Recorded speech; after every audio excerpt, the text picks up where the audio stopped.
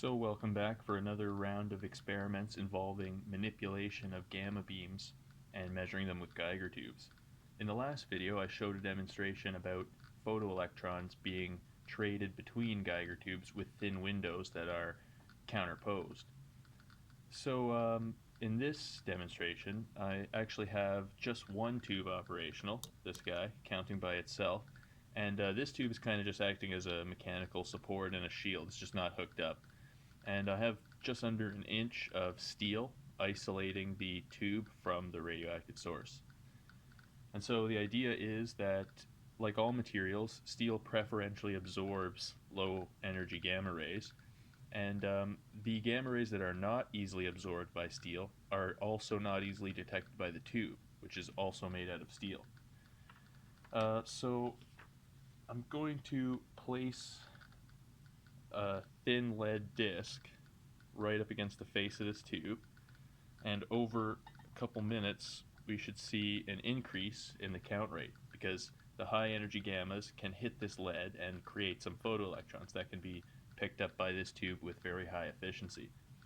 So while we're waiting for that to happen, I was actually just going to remind you a little bit about the physics of how Geiger tubes work. So this is photoelectric absorption, a process that dominates at low energies, where a gamma ray incident on the steel wall of the tube kicks off a beta particle, or an energetic electron, which rattles around in the steel, and if you're lucky it emerges into the fill gas, where it can create secondary ionizations, which you can measure electronically.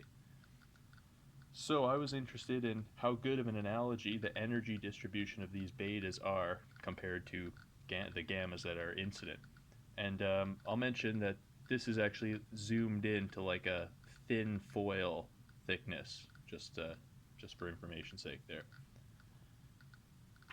So if we let this count for many minutes, we would see about a 40% increase in the count rate, but I'm not actually willing to let it go that long. I think the point is made, and I'm actually going to switch to another setup here that involves some number of sheets of paper,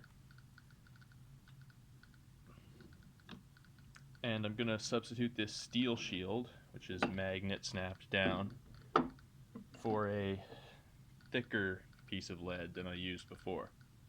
So the idea here is to really harden the gamma beam, and the idea being that we can vary the number of sheets of paper and see how the coincidence rate varies, and we could try this with and without this hardening shield.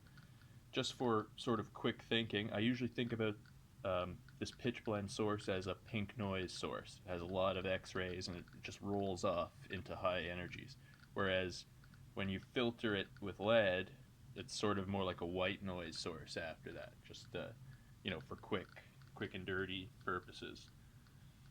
Okay, so this is the experiment that is set up right now, and yeah, so again there's just n sheets of paper, and we're going to plot the coincidence rate, the rate of coincidences per count, with and without this shield. So I can't actually show you this measurement being made because it takes a long time, and I did it very carefully, but here is the output data. And at first I thought something must be totally wrong, because at 3 and 4 and 5 sheets of paper it actually increases the number of coincidences, not just the ratio but the absolute number of coincidences. And so when I made this measurement it felt totally wrong, and I figured, okay, well there must be my counter is running out of batteries or some weird thermal effects. But then I applied a little transform to the data and actually just shifted the shielded curve over to the right by one sheet of paper. So we can see that the morphology of these two curves is a point-for-point overlay, pretty much. Now it's still true that in general the harder beam produced more coincidences, but the fact that this curve is shifted is pretty strange. I'm not sure what to make of it. Another interesting thing to note is that this is actually not the first time I've seen this weird hump. As a matter of fact, I ran another similar experiment involving juxtaposed Geiger tubes, so they're facing the same direction in part of a detector, and I just varied the distance in air between the source and the detector. So the output data from that plot is shown here. So I mean, sorry for the rounded interpolation, it's not meaningful. I didn't continuously vary this, it's just these points. And the coincidence rate is now down to 1 in 200 and values around that, as opposed to the 1 in 4 we were getting in the currently set up geometry. So it's a pretty interesting effect. It definitely exists. Oh yeah, I should mention that 5 centimeters of air is approximately an equivalent shield to 1 sheet of printer paper, and this graph suggests that's almost exactly right. Maybe a little bit less than that.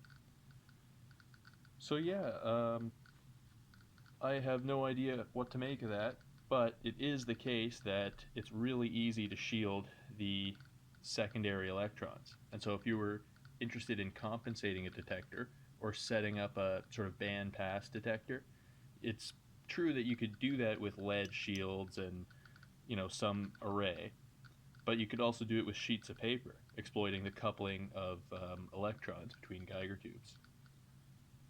So yeah, that's all I have for now. Thanks for watching.